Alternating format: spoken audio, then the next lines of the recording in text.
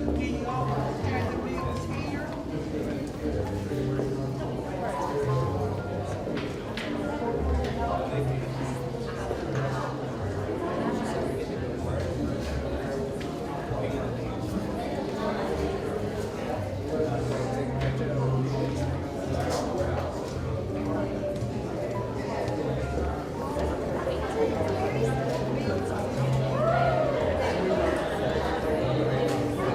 Oh, we doing breakfast or just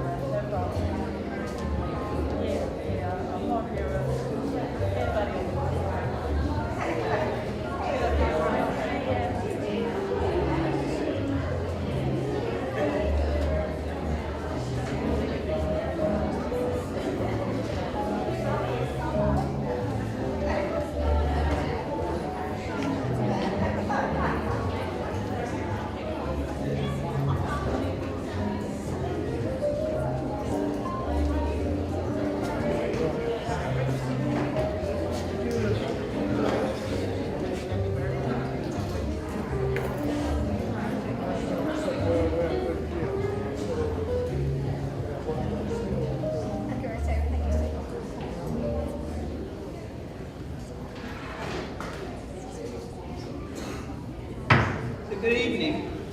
The time is 7 p.m. and I would like to call to order the regular monthly meeting, the May 9th, 2022 meeting of the Southampton County School Board. We have all of our members present, so we do have a quorum. The next item is the adoption of the agenda. Is there a board member who would like to add an item to the agenda, Mr. Worsham? Personnel. Under personnel, in closed session? Yes, ma'am. Okay. And Mr. Worsham wants to speak in closed session concerning personnel. Is there another board member who would like to add an item to the agenda? So could we have a motion to adopt the agenda as amended? We have a motion by Ms. Bradley, a second by Mr. Smith to adopt the agenda as amended. Any discussion on the motion? All in favor, please say aye. Aye. Any opposed? Thank you. The minutes from our April 11th, 2022 meeting were in your board documents. Are there any additions or corrections to those minutes? So do we have a motion to approve the minutes that's presented? We have a motion by Mr. Smith, a second by Mr. Scott, to approve the minutes of the April 11th, 2022 meeting. Any discussion on the motion? All in favor, please say aye.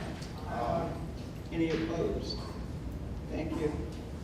And now we're down to a part of the agenda that we've come to look forward to, and that is the Superintendent Students of the Month. So Dr. Shannon.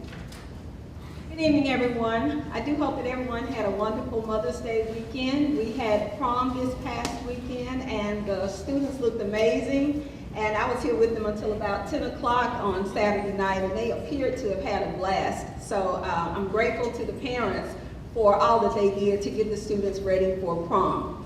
Now for the Superintendent Student of the Month. Tonight it gives me great pleasure to have our building principals recognize the students who have some of the brightest minds and some of the kindest hearts at our school division. These students have displayed excellence and kindness within our schools and community. I'm extremely proud of our students for exemplifying excellence at Southampton County schools each day. These students have displayed excellence and kindness within our schools and community, and I take great pleasure in recognizing these students since they have demonstrated remarkable citizenship and are role models for their peers. Tonight we will have our principals and some of our assistant principals to make these presentations to our students and their families. Principals, Dr. Francis.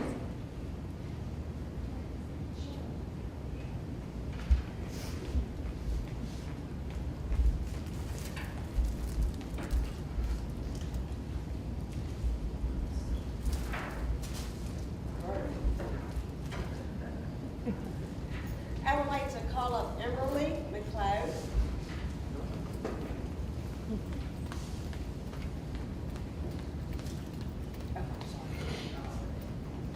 Emily is a first grader at Campbell Elementary, and let me just tell you something. Every morning she is brought to school, and she gets out of that truck, and she's got the biggest smile on her face.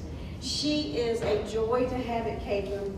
She is a straight A student, and she is always on target. When I talked to Miss Johnson, her teacher, she said, never does anything wrong. She is ready to go every morning. So, Emily, I am very, very proud of you, and for that, you get this. Okay? Thank you. You're very welcome.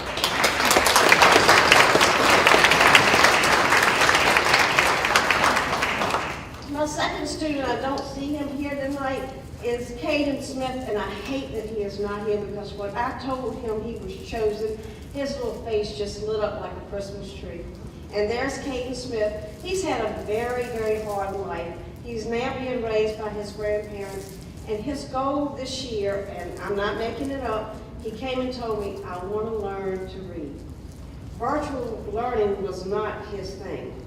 And he was with his mom then, and he very seldom got on. So I can tell you, with his PAL scores, he has gone one level up.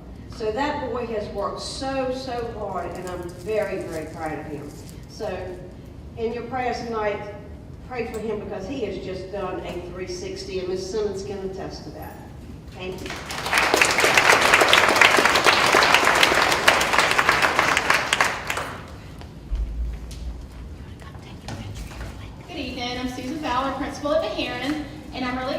to present two of my students. I'm going to start off, I have one fellow, I don't think he's here, Antirius Grant. Didn't see him come in, but I do want to talk about Antirius. Antirius, I chose 2 5th graders this month because I'm kind of sad to see them go, kind of transitioning. They're going to be leaving us to go to middle school. So Antirius is a 5th grader with us. We chose him this month because he has outstanding academics. He's kept almost straight A's the whole year. He had an 89B, 1 bye weeks in 1 subject. So I really wanted him to be proud of himself. But on top of that, he just has amazing manners. And so, you know, kudos to his family and his parents for working with him on his manners. He steps off the bus, a good attitude. And he makes sure that he does what he's supposed to do throughout the day. So I just wanted him to know what an amazing Indian he'll make, Mr. Jenkins and the middle school folks that are here. So that's Antirius, so if we can give him a round of applause. And my second young man is John Gray, and I know he's here, so come on up, John. John is a 5th grader, again, at Maharan with us. John is the older brother to Jace, so we have 2 young fellows, and he does many, many good things. I have the privilege every morning of doing bus duty, and so I try to see all the kids when they come off the bus, but Miss Tucker's bus, I just wanted to point out, John is such a good helper on Miss Tucker's bus, and she relies on John so much, and he takes that leadership role, and he just does the best. And even when there was a sub driver, it was like a week that Miss Tucker, a week or 2 Miss Tucker was out, and I could rely on John to make sure everybody was in their seats. He was checking the seats. There was no kids left behind on the bus. And so he does amazing things at school too, but I did want to point out, so John's folks, if you're here, if you'll just kind of raise your hand. Great job. Thank you for all that you do. And we'll definitely miss John, and glad we still have Jace around us. So congratulations, John.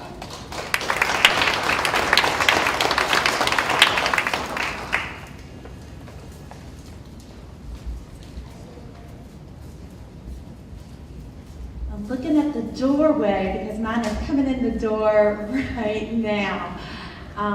So my name is Susan Melby. I'm the proud principal at Nottoway Elementary. And so Javion, will you come on up to the front as soon as you walk on in? And I'm going to read to you the letter that his mom wrote, and this is why he was selected for our Student of the Month. Dear Nottoway staff, I want to thank you all for all that you have done for Javion this year. His report card tells it all. What you have done for him is far more than any of his previous school system has done since he began school at age 5 years old. We have shed so many unhappy tears over the last years because we have been struggling and dealing with his disability and him losing hope and wanting to do well in school. Well, today we are crying tears of joy. I want to scream to the world how much we appreciate what you have done and all the hard work that you have put in for him, and making sure that he retains the information instead of just pushing him along. For years we have fought for Javion to be treated fairly despite of his disadvantages. This proves that educators that show up every day and are ready for all of the challenging situations and won't stop until they see their children succeed.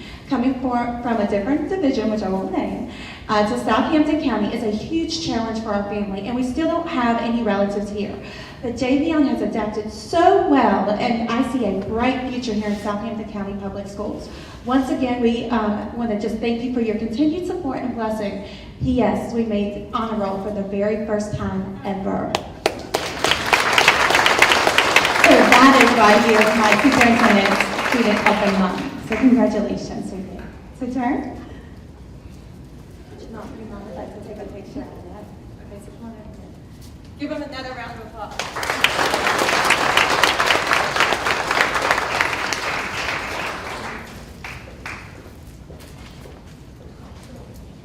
Good evening. I am Keisha Watford, one of the principals at Riverdale Elementary School. And first, I would like to call up Tristan Aviles. As Tristan is coming, Tristan is a very bright, happy little pre-K student at Riverdale. He greets his teachers and friends every morning with a smile and a good morning. Tristan knows all of his alphabet and his sounds. He can count to 100 by 5s and 10s.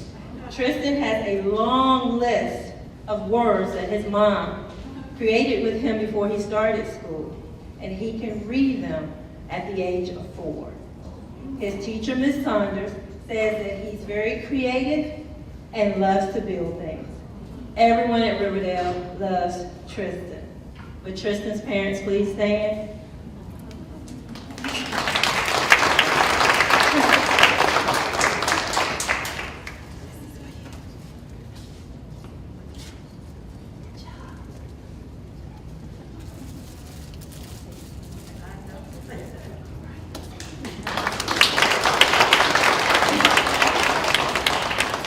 Next, I'd like to call Olivia Lowe up front. And as Olivia comes, Olivia is an outstanding kindergartner. She is a very conscientious worker and completes assignments and activities to the best of her ability. To date, Olivia has attended school every day this school year. She is a great friend to her peers, and we are so proud of all that Olivia has accomplished. Would Olivia's parents please stand? And not to tell my age, but I taught Olivia's dad in kindergarten in 3rd grade and his mom in 5th grade. And Olivia's teacher, Miss Williams, is here tonight. So here you are, Olivia.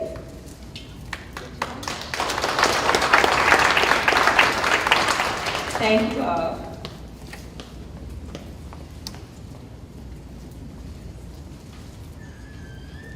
Good evening. Southampton Middle School has 2 students we would like to honor tonight.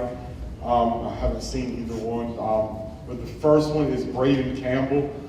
Braden, if you're here, please come up. Braden is an extremely hard worker, which teachers describe as really responsible. He makes sure he stays on task and keeps up on all of his assignments. Braden is an asset to Southampton Middle School, and we're fortunate to have him. Recently, Braden was commended for his volunteer work at Scythe Norfolk Brewertons of Chesapeake as they are part of the Paint Your Heart Eye campaign.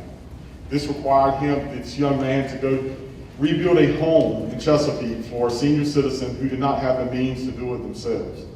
Also, within the last month, Braden has completed the Clean the Bay Day, which was with the Deep Creek Brewerton Club of Chesapeake. These are 2 honors that this student has gone above and beyond to maintain, and we want to award him for that. Our second student is Savannah Bryant. Savannah is a phenomenal student, an even better person. She has taken the year to grow and prosper as 8th graders should. Recently, Savannah was able to travel to a foreign country and serve with her parents' mission group in South Africa, correct, Savannah? As part of the Bible Faith Global University. One of the most important things is during this time, Savannah was able to keep up with all her assignments. She checked in with her teachers daily to make sure she had everything in good standing when she returned. We are really honored to have her at Southampton Middle School. Congratulations.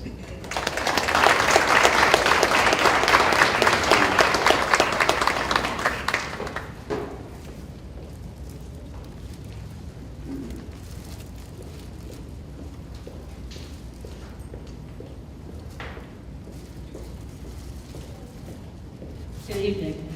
My name is Michelle Blunt, and I'm the interim principal at Southampton High School. We also have 2 students that we would like to recognize. The first is Daquan Boone.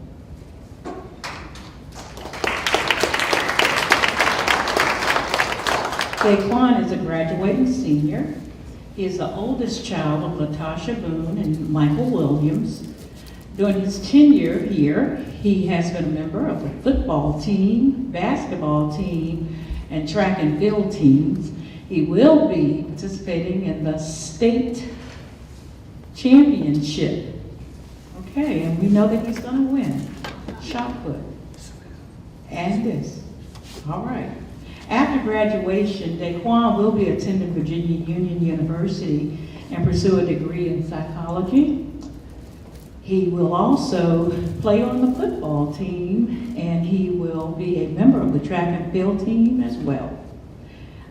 It is his dream to one day participate in the Olympics in the National Football League. One of his favorite philosophies to live by follows the story of Samson and the Nazarite standards that required him to follow a set of rules. If he didn't follow those rules, then he would lose his power. He uses this philosophy to remind himself to remain focused on all of his responsibilities so that he doesn't lose any of the opportunities that are afforded to him. One thing that he would do differently at Southampton High School would be to stay extremely focused on his academics and athletics early on during his 9th and 10th grade years of high school. Thank you, Daquan. Congratulations. And parents and family members, would you please stand?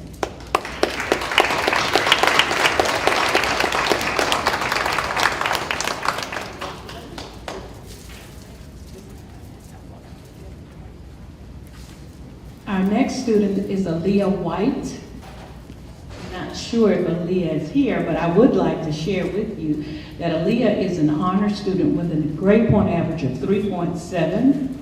She has been a member of the varsity cheerleader squad and is an active member of the Future Farmers of America Club, as well as the National Honor Society. Aaliyah was in the first cohort of pharmacy technician classes, and as a completer, she's now working as a pharmacy technician trainee at Rite Aid in Franklin. Outside of school and work, she helps her parents with their business, Space Walk of Suffolk. She plans to attend Camp Community College and afterward attend a historically black college or university. She plans to major in business management and criminal justice and eventually become a lawyer. Her favorite quote is, "Achievement does not require extraordinary ability. Achievement comes from ordinary abilities applied with extraordinary persistence." Aaliyah is the daughter of Crystal and Lamar White. Please give her a hand. Thank you.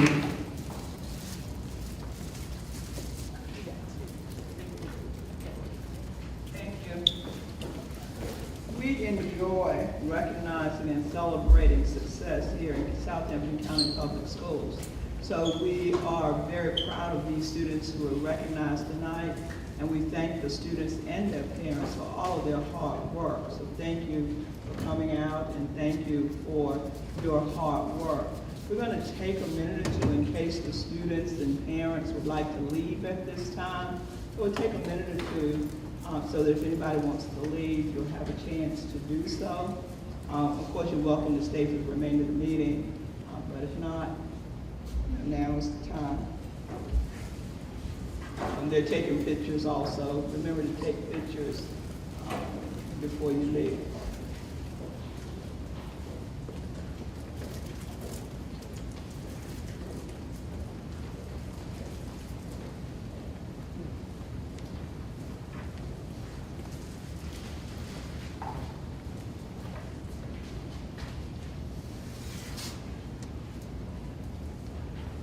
We are now going to move into the public comment period of our meeting. Although Virginia law does not require us to hold a public comment period, we choose to do so because we believe it is important for our board to hear from our community members. The Southampton County School Board values public participation and recognizes the importance of receiving public input on issues affecting the education of children in our county. The public comment period is the time for citizens and residents to express their views in order to inform the Southampton County School Board. Therefore, please do not expect board members to respond to or make comments about or answer questions during the public comment period. Again, we encourage public comments, but we do respectfully ask that you follow several guidelines. One is that you should have signed up in the lobby prior to this meeting if you wish to speak this evening. Two, that public comments are limited to 3 minutes per person, per speaker. The time limit has been created so that as many members of the public as possible who wish to speak may do so while still allowing sufficient time for the board to conduct other necessary business. We do have a visible timer so the speakers will know how much time they have available. Speakers may not transfer or give their time to other speakers or to increase the time that another may speak. So it is 3 minutes per person, per speaker. Speakers should address their comments to the board, not to the superintendent or other audience members. We also ask that audience members refrain from comments and demonstrations such as booing, hissing, and clapping. I will call the individuals up in the order in which they signed up in the lobby. So the first speaker tonight is William Gillette.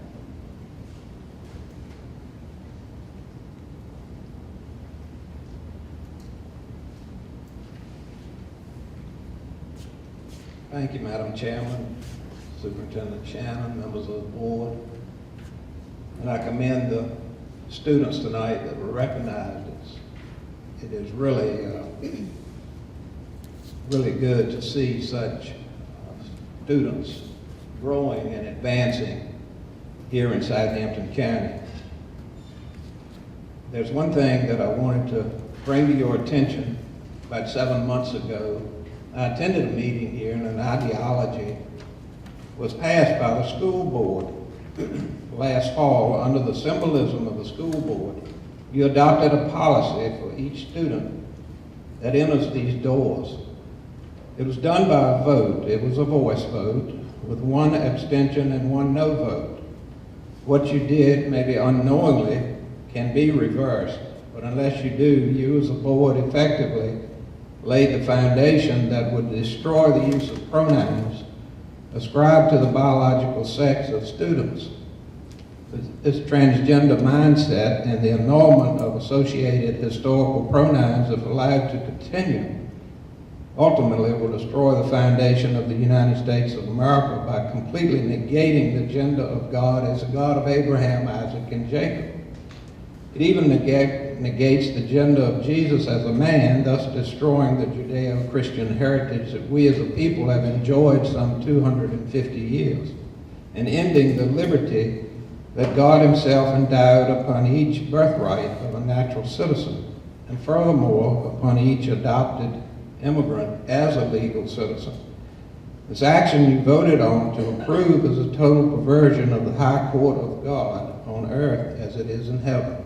Thank you. Thank you. The next speaker is Sandra Stevenson.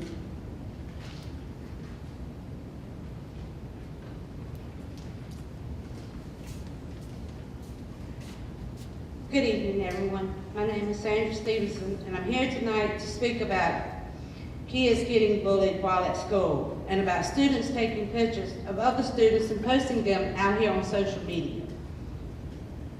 I didn't appreciate my son's picture being posted on a social media page, especially when it was done by another student.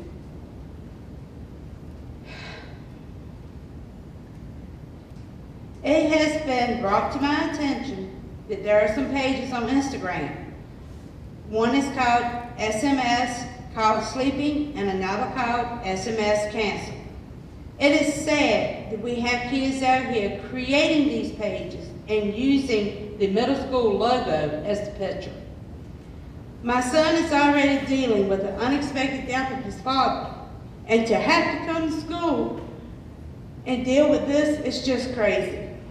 He is to the point he literally hates coming to school and is becoming a struggle every morning to get him to come to school. He is begging me not to send him because he doesn't want to come and get picked on. He has asked me several times, Mom, please don't make me go. And now he's embarrassed about a picture being posted on social media. Now, I know my son's not the only picture that has been posted, but I'm here to speak on all of them.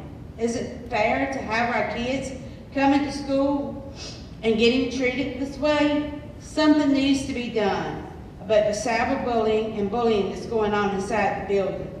Please stand up and protect our babies. School should be a safe and fun place for them to learn instead of being bullied.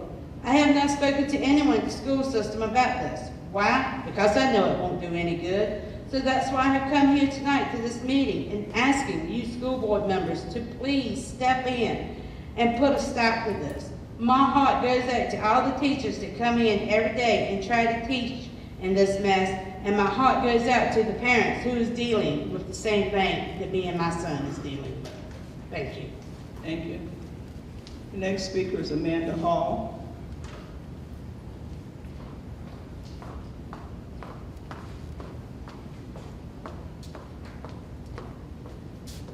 Good evening. During the April budget presentation to the Board of Supervisors, Dr. Shannon was asked how much money the division had received from pandemic relief money and how much had been allocated but not paid to the division. The superintendent indicated she did not know offhand and would get back to them with a response. Perhaps this board has also asked this question and already gotten an answer. Perhaps you haven't. All the information I present tonight can be found in public documents, and I encourage you to verify. In October of 2020, there was a direct payment of $453,000 in CARES Act money with a spending period between March 1st and December 30th, 2020. Then we have Esser Funds, which are allocated, and the division must make the eligible expenditures and then request reimbursement. So there's Esser 1, announced in March of 2020 with an allocation of around $488,000. And as of March of this year, the division has spent this entire amount and received the reimbursements. Next, there's Esser 2, announced in December of 2020 with an allocation of approximately $1.9 million in a spending period through September of 2023. The division has been reimbursed approximately $620,000 from this fund, with over $1.2 million remaining to be spent and reimbursed from Esser 2. Then there's Esser 3, announced April 2021, with an allocation of approximately $4.3 million, with a spending period through September of 2024. So far, our division has been reimbursed approximately $107,000, with approximately $4.2 million remaining to be spent and reimbursed from Esser 3. For the basic Esser funds that I just mentioned, that totals $1.2 million spent and reimbursed, and $5.5 million allocated and yet to be reimbursed. In addition, there's around $2 million for other miscellaneous pandemic relief funds for things like summer school, no-loss funding, and the HVAC systems, not to mention the USDA pandemic money for school meals. As for the Esser funds, there is a 61-page document published by the U.S. Department of Education that provides details and suggestions about the various ways this money can be spent. Examples include premium pay or other additional compensation for teachers, principals, and other school personnel, including school nutrition staff and custodians, and for teacher pay to avoid layoffs, as well as hiring new teachers. Hiring more nurses, counselors, and social workers to help implement community violence intervention strategies that address students' social, emotional, mental health, and academic development. Expanding music and sports programs or initiating clubs such as robotics or STEM Club, mental health services and supports for students and their families, teachers, and staff who are experiencing pandemic-related trauma. These are just a few of the numerous ways this money can be spent, and I hope that your plan is to bring accountability into the process of deciding how our division spends this money. Thank you. Thank you. The next speaker is Kathy Dunlop.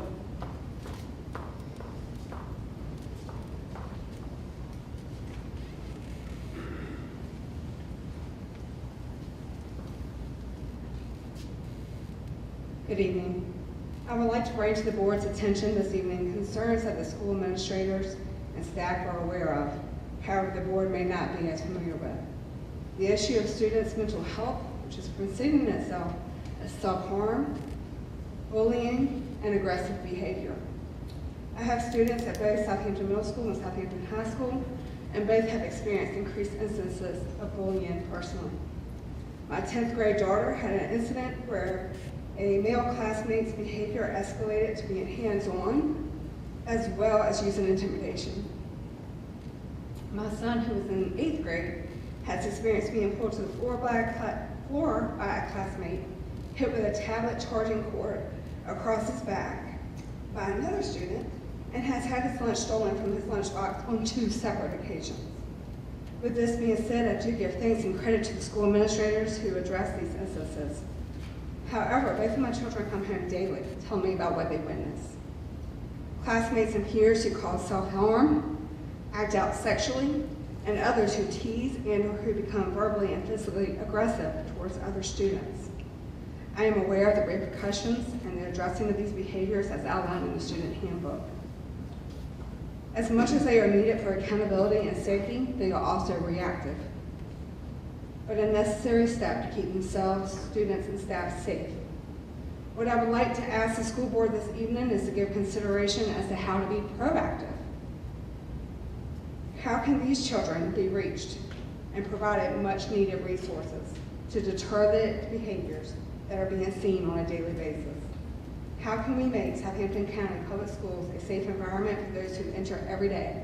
Students, teachers, counselors, administrators, staff. I've given some thought to that. I have reached out to some local resources hoping that they can provide guidance and assistance. However, it appears that this task falls solely on each and every one of you. Some ideas that I've given thought to is pulling counselors from all schools to spend a designated day at each school to meet and provide counseling and resources to the students. Establish a mentoring program, whether or not that's a peer-to-peer or adult-to-peer, adult-to-student mentoring program. Provide parents and caregivers with resources.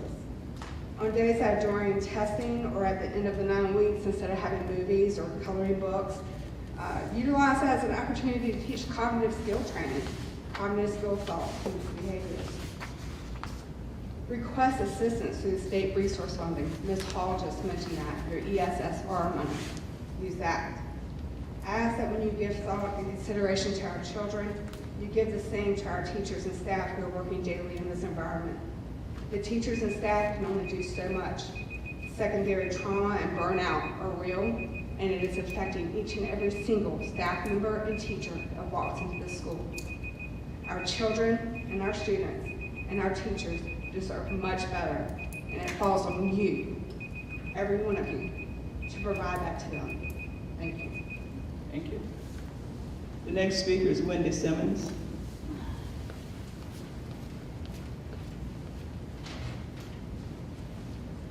Good morning, Dr. Goodwin, Mr. Pope, Dr. Shannon, members of the school board, parents. My name is Wendy Simmons. I'm the proud school counselor at Capron Elementary School, and I'm going to piggyback off of what Ms. Stevenson, Ms. Dunlow, Mr. Gillette, and Ms. Hall talked about. I don't really have a planned speech, but Dr. Shannon knows I like to talk. So the last time I saw you all, I was here, hard to believe, it was in 2018 when I came to you all asking and pleading for us to have more counselors in our schools. At the time, I was traveling between 2 schools, and I'm grateful and humbled that you all made that decision because it does make a big difference. Since that meeting that night, 300,000 kids and adults in the state of Virginia have been injured, harmed, or committed suicide out of 320 schools.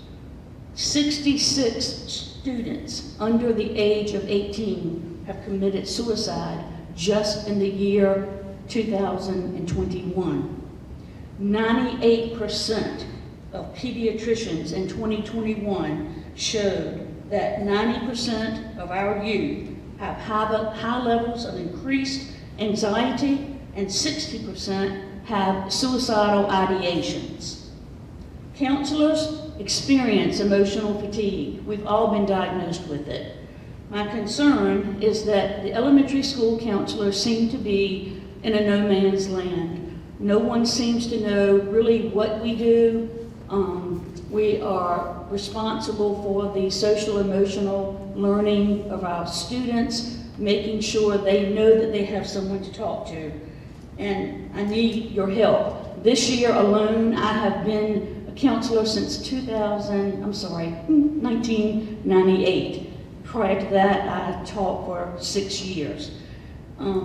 Things have changed, friends. Things have changed a lot. You know what, if you've got kids, our world is not the same. Our kids are not the same. They are facing more and more of what these people talked about, bullying, you know, the transgender situation. Counselors are all having to be trained on that every day, the pronouns. and everything. And you know what? Hey, if you bring it to me, I'm going to do it because I love my job and I love those kids. And this year has been my hardest year ever with the stories that I could tell you that would break your heart into a million pieces. But guess what? Because of the other things that I have to do, don't get me wrong, I'm a team player, but I can't do them every day because I want to be with the kids. The kids need us. The kids need me. The kids need you.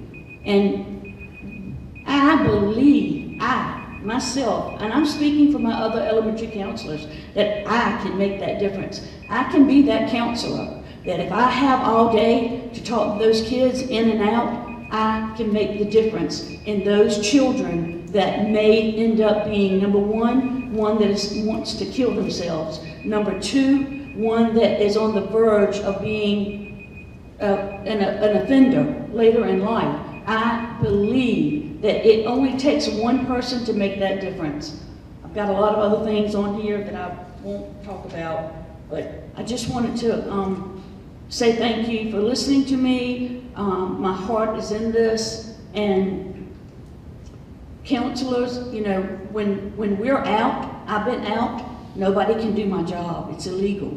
I can't have other people talk to my kids except for the psychologist and the school social worker. And you know what? They're fabulous. They are. But you know what? It takes years to develop the relationships that I have with my kids.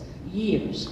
And the 5th graders coming up this year, in kindergarten when I started here in Southampton in 2015. And they have changed so much, and I'll just say that for another time. I know my time's out, so Thank you all have a wonderful night.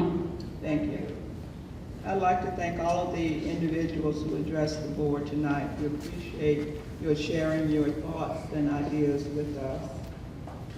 The next item on the agenda is the matters from our previous meeting, and the big item under that heading is the 2022-2023 school operating budget. You know that Mr. Pope chairs our school board budget committee, and he's joined on that committee with Mr. Smith and Ms. Bunn.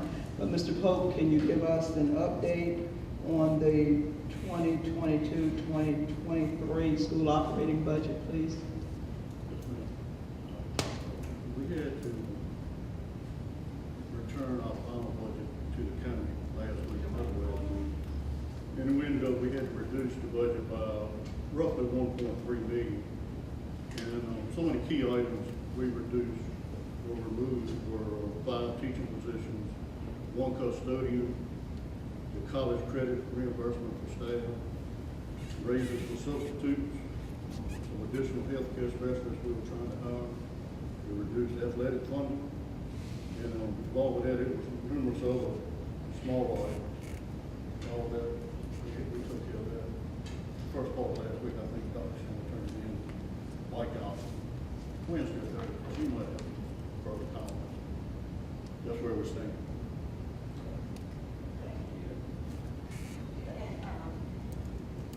Ms. Carr's going to come to the podium. She has a prepared statement. Thank you.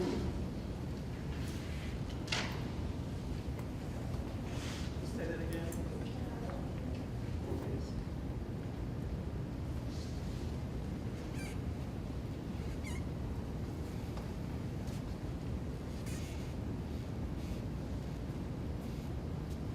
Good evening.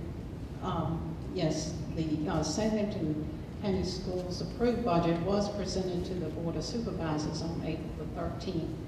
And then now we are still continuing to wait on the General Assembly to approve and adopt a state budget.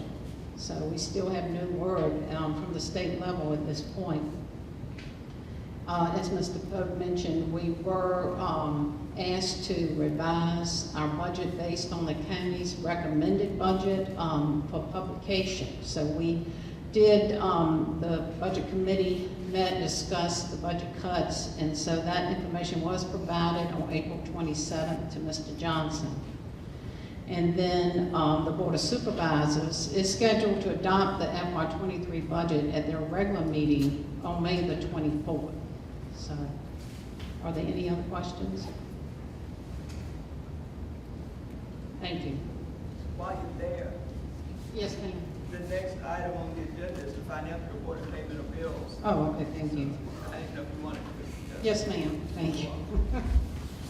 Yes, if I could bring your attention to the preliminary expenditure report for the month of April. If you can see that our revised budget is now at $34,133,565. Our actual expenditures through April 30th totaled $23,339,532.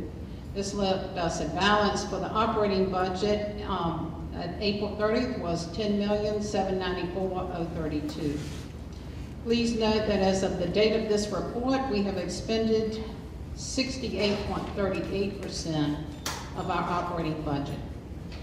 Also, the April bill list has been attached to the agenda for the board's approval tonight. Are there any questions? Any questions? I make a motion to pay the bills as presented. We have a motion by Mr. Pope. Do we have a second? A second by Mr. Worsham to pay the bills as presented. Any discussion on the motion? All in favor, please say aye. Aye. Any opposed? Thank you. Thank you. Was there a question, Ms. Brown? No. Thank you. The next item on the agenda is the 12-month employee calendar. Dr. Shannon? Yes, ma'am. In your packet, there is a 12-month calendar for the 2022-2023 school year. It is color-coded at the top to identify the type of days specified. The days identified are holidays, early dismissal days, virtual days, and some Fridays off in the summer.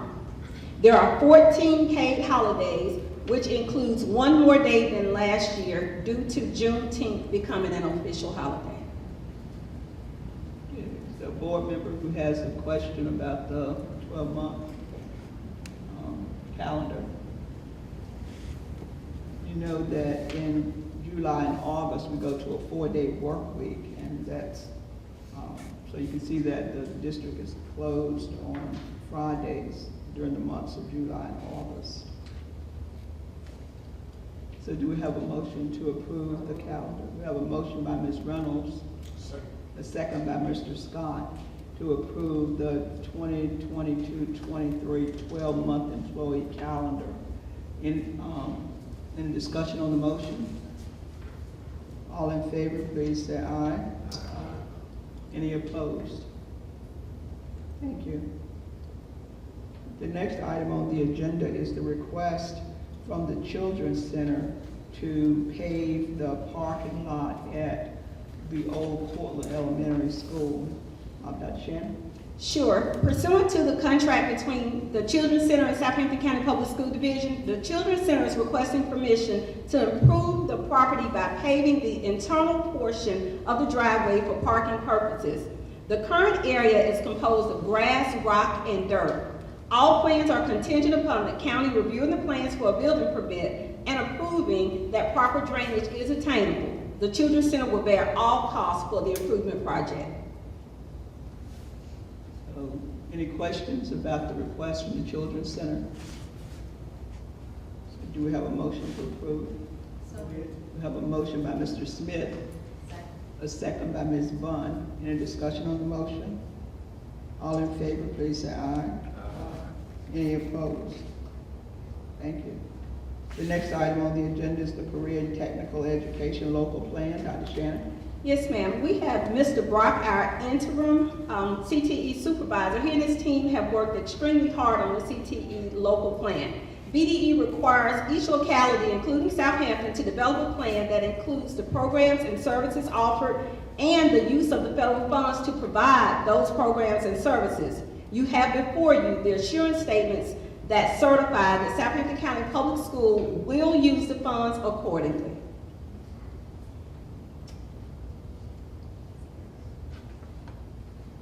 So Does Mr. Brown? No, he's not gonna make a presentation. I just wanted to acknowledge that he was the interim supervisor, that's all, because at, I think it was the March meeting, we acknowledged that Mrs. Adams was retiring, and so Mr. Brock is with us tonight. Go ahead and stand, Mr. Brock, if you don't mind. And he is the new interim CTE director. So I was just acknowledging his presence. Thank you, Mr. Brock. So do we have a motion to approve the report? Was that Ms. Bunn? We have a motion by Ms. Bunn, a second by Mr. Worsham. Any discussion on the motion? All in favor, please say aye. Then we have approved the local plan for career and technical education. The next item on the agenda, we have some overnight field trip requests. Dr. Shannon? Yes, ma'am. I recommend that 9 FBLA students and their sponsors, Ms. Diggs, Ms. Melissa Edwards, and Ms. Therese Cooper, be permitted to attend the National Leadership Conference in Chicago, Illinois, on June 29th through July the 3rd of this year. They will travel by van to Norfolk to the airport, and then they will fly to Illinois. Have a motion to approve. Have a motion by Ms. Reynolds, a second by Ms. Bradley. Any discussion on the motion? All in favor, please say aye. Aye. Any opposed? Thank you. There was another field trip. Yes, ma'am. I recommend that 3 students be given permission to attend the FBLA Student Leadership and State Officers Training in Richmond on June the 21st through June the 23rd of 2022. The training will be held at the University of Richmond. They will travel by car or van. The cost is $40 per student, and they will be accompanied by Ms. Kiana Diggs, Mrs. Melissa Edwards, and Mrs. Natasha Crow. Do we have a motion to approve? So moved. I have a motion by Mr. Worsham, a second by Ms. Bunn. Any discussion on the motion? All in favor, please say aye. Aye. Any opposed? The last action item is Riverdale asking to have a year-end celebration at the fairgrounds. Dr. Shannon? Yes, ma'am. I recommend that we honor the request of Riverdale Elementary School's principals to host its end-of-year celebrations at the Southampton County Fairgrounds, which of course will be outside. The kindergarten celebration will be Tuesday, June the 14th at 9:30 a.m. The rain date is June 15th. And then the 5th grade celebration will be Tuesday, June 14th at 11 o'clock a.m. And that rain date is also June 15th. So do we have a motion to approve? I have a motion by Ms. Bradley. Second. A second by Mr. Scott. Any discussion on the motion? All in favor, please say aye. Aye. Any opposed? Thank you. So we're now down to informational items, and the first informational item is the instructional report. Dr. Shannon? Yes, ma'am. We'll have Ms. Kelly Gillette come forward and give the instructional report. She and I think Mr. Hatch are going to talk a little bit about Code to the Future, the student showcase, as well as the pacing guides for our teachers for the remainder of the school year. Mrs. Gillette and Mr. Hatch, thank you all.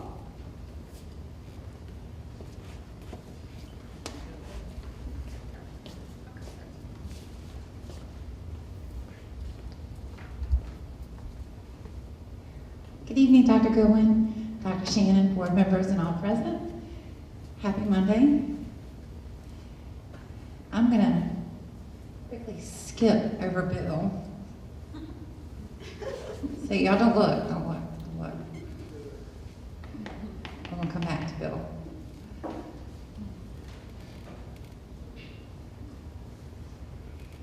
Okay, just so you'll know, I know every year we put out where our teachers are with their pacing guides and how many objectives they have left. And so you'll see here each grade level or each content in elementary, middle, and high school, how many they have left to teach. If it says complete, they are finished for the year, and that means they're already reviewing. If they have 2 or 3 left, they're still reviewing previous content, but they have 2 or 3 more objectives to go. So this is Catherine.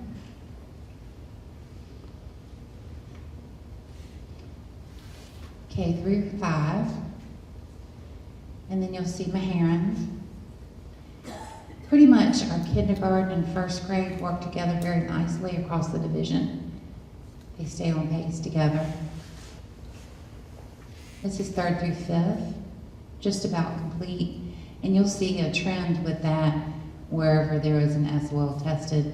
They like to complete early so they have time to go back and review.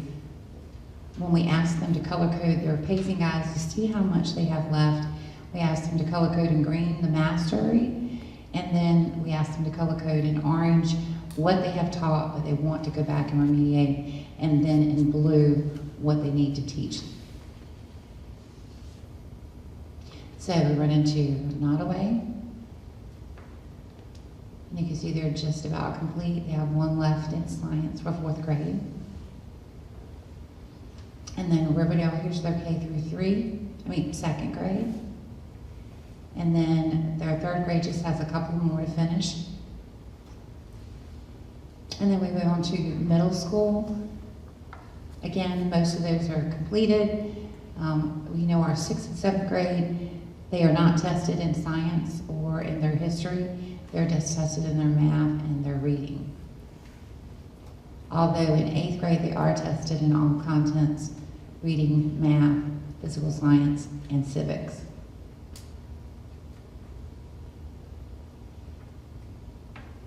Then we move on to the high school, and again, these are all the contents. You'll see most of our English is close to being done, but our English 11 is the one that will be tested. They have 4 left. And moving down to our Algebra 1 Part B, they are complete along with our geometry, and those are the major SOLs that our students take at the high school for math. You see our World History 1 is complete. That'll be the majority of our testing for history. And we move on to the other areas such as foreign language and electives. On into our CTE.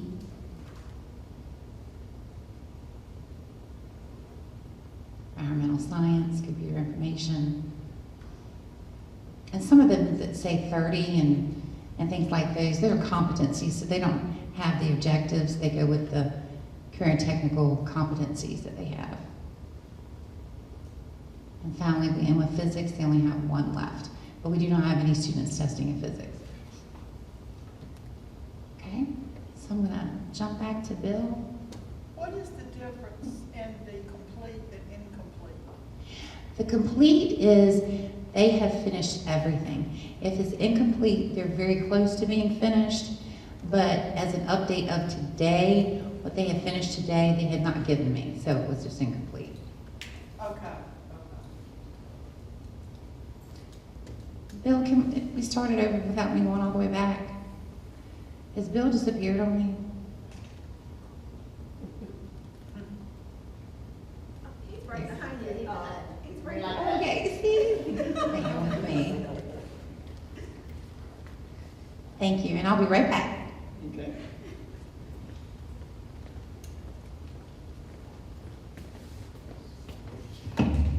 Good evening, everyone. I'm going to try to remote control from here. We'll see how it goes. But I want to just kind of give you an update on our Code of the Future program. So, you know, we started this coding program before the pandemic, and it was going great, and students loved it. It gave our teachers just one more thing to do, but you know, everybody loved it because the students loved it so much. And we went out and we did some presentations in the community, and we had a night here where the board came and the board of supervisors came and saw some of our projects, and we were firing on all cylinders, and then the pandemic hit. And of course, you know, coding was one of those niceties that we just really couldn't do remotely and keep everybody on track. So tonight, I'm pleased to present to you what are our first coding projects since coming back to in-person learning. Let's get my slides up here. You know, we do Code of the Future program, and that's a partnership between us and the Code of the Future organization. We have a coach that we work with at Code of the Future, and she has done a phenomenal job with remote coaching. But I'm also one of these people that don't take credit when credit is due somewhere else. And so even though I'm presenting tonight, I would like to say that most of the work that went into Code of the Future this year was done by Rachel Lowe. And she has done an outstanding job at organizing our coding program and at keeping the teachers on task and going out into schools and being there in the classroom with the teachers and the students, helping them. Rachel also was one of the people that put together the presentations that I'm going to show you tonight. So if you see her, thank her, because she did a lot of work. So, you know, when we got back in the fall, things were unusual. We were just happy to be back and just, you know, we knew we had deficits in a lot of the SOL areas. So we pushed back starting coding until really second semester. But once we came back from Christmas, we had everything in place. We started doing coding, and our deadline was to try to get it done before spring break. Have all the projects completed so that we got back from spring break, we'd be able to show the projects. And so here is just a few pictures that Rachel put together of kids enjoying doing the projects, and a few more pictures. A couple of those pictures, the one at the top and the one at the bottom on the left-hand side, are actual screenshots of projects. And I'm not going to click on all of these links. I do want to try to click on one of these schools. I will say that instead of having an in-person showcase this year, you know, normally we invite the public in. Instead of having an in-person showcase, we recorded everything and put it on websites for all of the schools. And so here are links to all the different websites. Those links are also on the school websites and also on the division website. So I'll just click on one just so I can show you what it looks like. So we'll go to Caden. And old people need glasses, so let me put these on.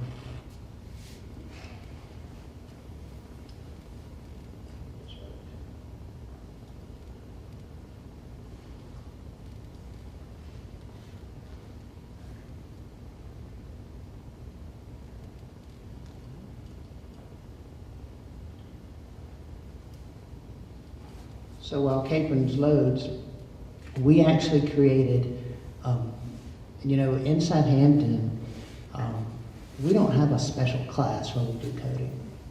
Everyone codes. Every class codes. Every student codes. And so when you go to these sites, what you're going to see, here's Capron's, and they all look generally the same. There's a nice presentation about coding, why coding, the future of coding, what students can expect when they learn to code. And then down here are all the individual classes. So first grade, second grade, third grade. And every single student has a site and a presentation. So I encourage you to go, and all people present, to go and look at those, because there's some really neat stuff in there. I do want to highlight just a couple. So we took 3 examples, and this one up here in the corner, if I can get it loaded.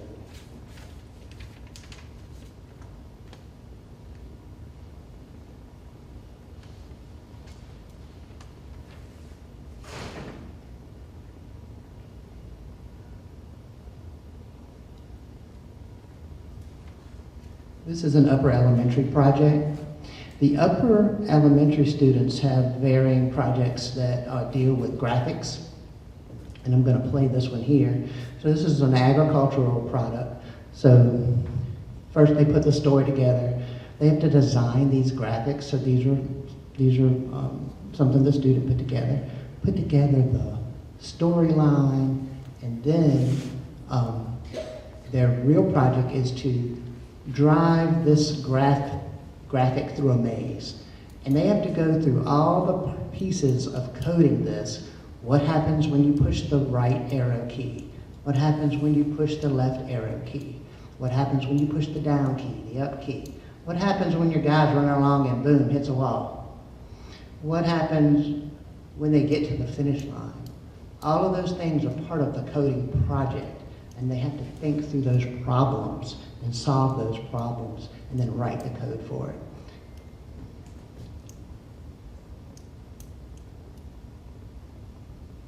Get another one up here.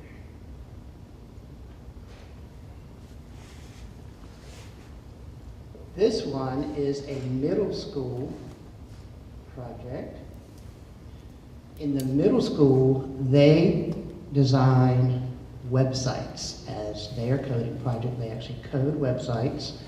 And this particular project, you can see over here is the code. So in the white section of the screen is the code. In the blue section of the screen is the actual website. So this is what you and I would see if we visit the site. But what's behind the scenes is all this code.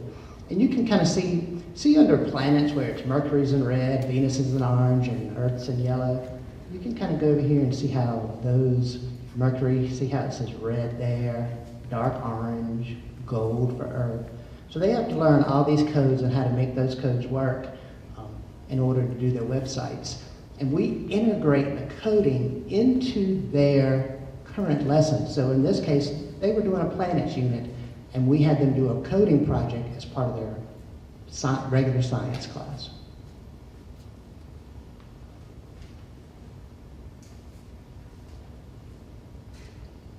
And I just want to show you this last one because it really was a standout.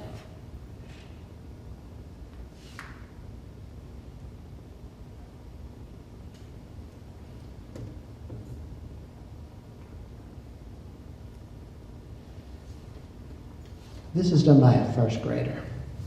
And for the early grades, what we did is we recorded their project on their iPad and we posted a movie, basically. So it's a screen recording of what happens, and we'll see if it loads here. But in the early grades, kindergarten, first grade, and second grade, they do block coding. And I'll show you what I mean by block coding. So you see down here, where the mouse is, they have these little blocks they put together to follow the instructions. And he's got highlighted basically the picture he drew of the black suited astronaut. And see, watch. So you saw the astronaut there. So to code this, he had to put all these blocks together with proper instructions, understand, linear logical thinking, and this code means go left, this one means go right, this one means jump up and down, this one means disappear, this one means reappear. So watch the astronaut in black. He'll go right, he'll go left, he'll jump up and down, and then he'll disappear and he'll reappear. And all of those things that you see moving on the screen all have separate codes behind them. So he had to code the other astronaut. He had to code the zebra. He had to code. So Asher is his first name. It's quite a really good job for a first grader. So I just wanted to share with you a few of the projects tonight. Again, I encourage you to go on the website of the school websites and show some of that stuff. We're really excited about having Code for the Future back. We're encouraging our kindergarten through second grade, who would be our non-testing grades, to do another project while the other kids are SOL testing. So we hope to have another project in the works in the next couple of weeks. Thanks. Thank you. The next informational item is summer school. Dr. Shannon? Yes, ma'am. Miss Gillette is on her way back up to talk about summer school this summer. We do anticipate summer school being face-to-face, and only students who are taking credit recovery courses will utilize Play-Doh for summer school. Summer school is also at no cost to any of our students again this year because of the pandemic months. Hello again. So I'm going to talk about, as Dr. Shannon said, Summer Success, our summer school program for 2022.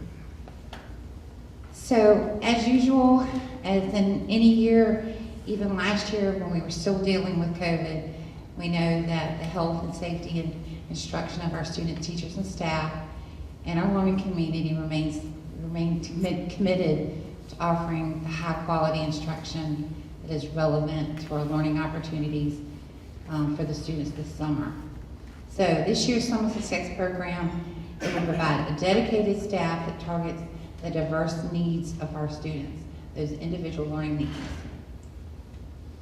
The criteria for the summer school, we're looking at elementary, middle, high school students. They'll be having intense remediation for reading and math. They can integrate that into history and science, but the main focus will be on reading and math. High school will focus on those classes in which students were not successful. It's indicated by their final grades or which credit is needed to move on to the next grade level.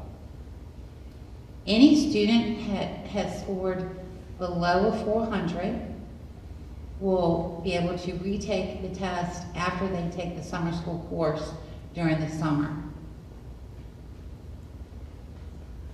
Any student that's identified in need of a program prevention or remediation or intervention to improve their academic skills.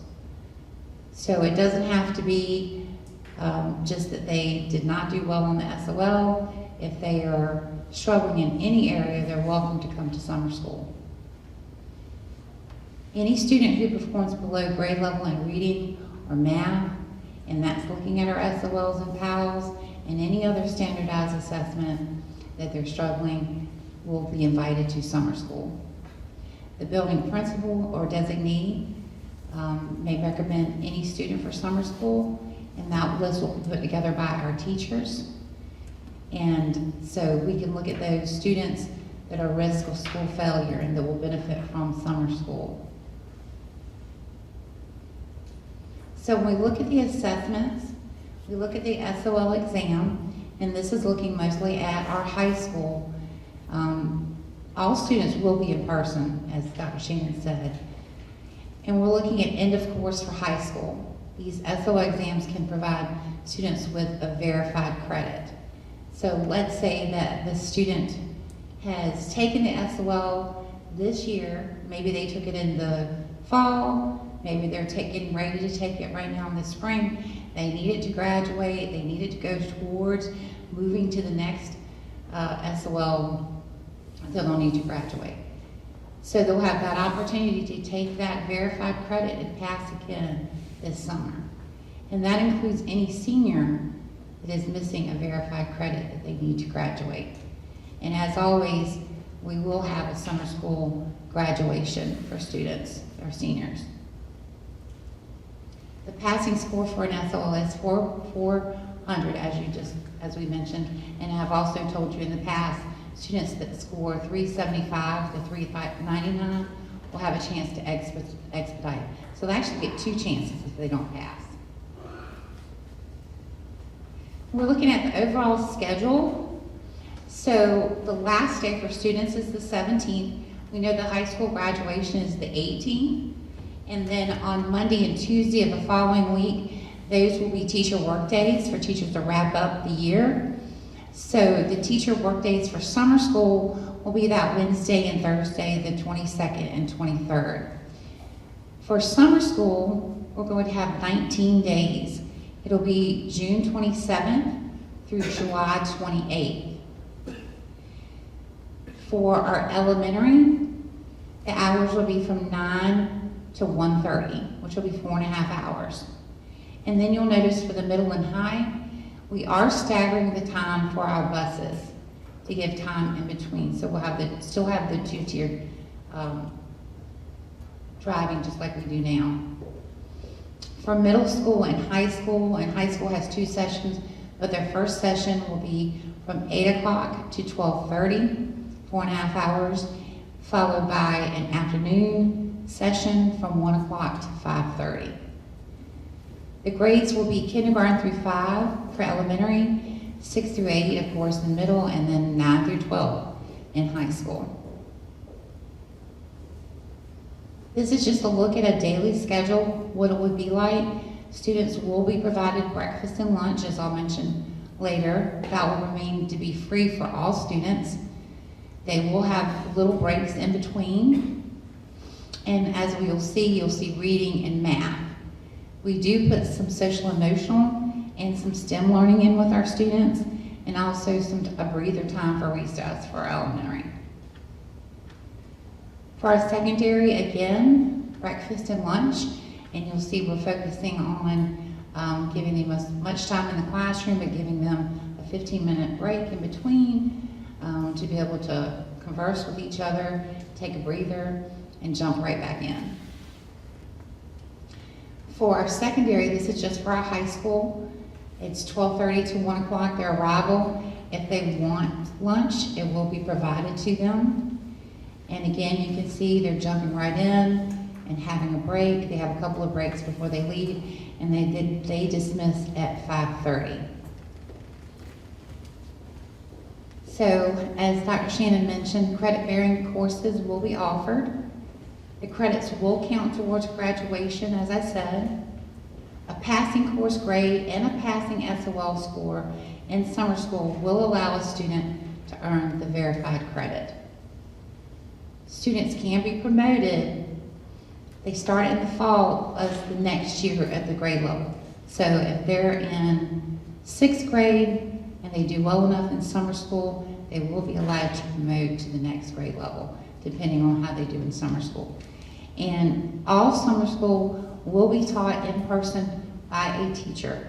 It will not be on a computer, it will not be online. They will use programs that we've used, such as iExcel, Study Island, but it will be a face-to-face teacher-student in person. And as I mentioned, all meals for students will be free of cost. All courses that are offered will be free for Southampton County Public School students. And all transportation will be free and provided to all Southampton County residents. I do have the pay scale. Principals will be paid $3,500. Teacher salary will be $3,000. This is an estimated. We do have a survey that actually I tried to send this afternoon. Our email has been acting up all day. But this is an estimated salary. Teachers $3,000, our paraprofessionals and secretaries $2,200, cafeteria staff $1,890. Our bus driver salary would be $25 an hour. So that means if they just run the elementary route, that's $50. If they do the double route, that would be $100 a day. If they do that final run in the afternoon at the high school, that would be $125 a day. Our car driver salary is a flat fee of $1,800, and then the school nurse would be $3,000. This is the total personnel budget, and please keep in mind this is just an estimation of what we have with our teachers. Of course, we want to have counselors, and counselors would be paid the same as teachers. The secretary, the cafeteria, car drivers, bus drivers, everybody in there with the amounts being paid and the cost would be a total of $196,115. And this is the estimated participation. I do believe it's going to be higher than it has been the last few years because we do have the students that are still trying to catch up from COVID, which I know that will continue. So you can see those numbers. We have a total of 374. We have a need of at least 33 teachers. We'd love to have more, and at least 10 paraprofessionals. And that is your summer school. Do you have any questions? Any questions about summer school for board members? Thank you, Mr. Dodd. Thank you all. The next item on the agenda is the student enrollment and the student teacher attendance. Dr. Shannon. Yes, ma'am. For student enrollment, we have 2,566 students. For the student attendance winner this month, it is Nottoway Elementary School with 95.8%. And the teacher attendance winner is Meharron Elementary School with 96.4%. So let's give those schools a round of applause.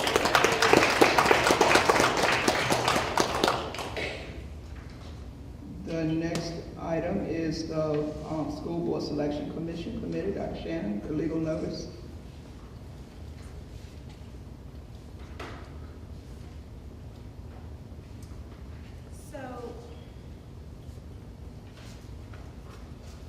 As provided in section 22.1-37 of the Code of Virginia, this serves as legal notice that the School Board Selection Commission of Southampton County will meet in the Southampton County School Board Office Complex in Cortland, Virginia on Monday, June 20th, 2022 at 11 o'clock a.m. for the public hearing of 3 members of the Southampton County School Board, 1 from the Boykins District, 1 from the Jerusalem District, and 1 from the at-large district, beginning July 1st, 2022, and their term will end June 30th of 2026. The Selection Commission will meet for the appointment of the 3 school board members on Monday, June 27th at 11 o'clock a.m. Candidates should be present at both meetings or should notify Selection Commissioner of their intention. And that is the legal notice that we will run for 4 weeks prior to June 20th. Thank you. You have in your school board documents the newsletters and calendars from the various schools. Please review those and attend as many activities and events as possible. Yes. Could we possibly get the calendar for the high school, for the blue and like that, everything we had for the assembly for honor practice? I'm sure. That wasn't included. I'm sure we can, Dr. Shannon. The calendar for the high school. Sure, we'll get it. Thank you. Thank you, yes. So pursuant to section 2.2-37118, 1 and 2 of the Virginia Freedom of Information Act, the board upon a motion and a second will convene in a closed session in the library to consider the following: personnel appointments, resignations, retirements, and compensation, intra-district student transfer request, out-of-district request, and student discipline matters. So do we have such a motion? We have a motion by Ms. Reynolds, a second by Ms. Bradley, that we will now retire to the library for a closed session. After the closed session, we will come back to this area to take action on any items necessary. So we'll meet you in the library in a few minutes.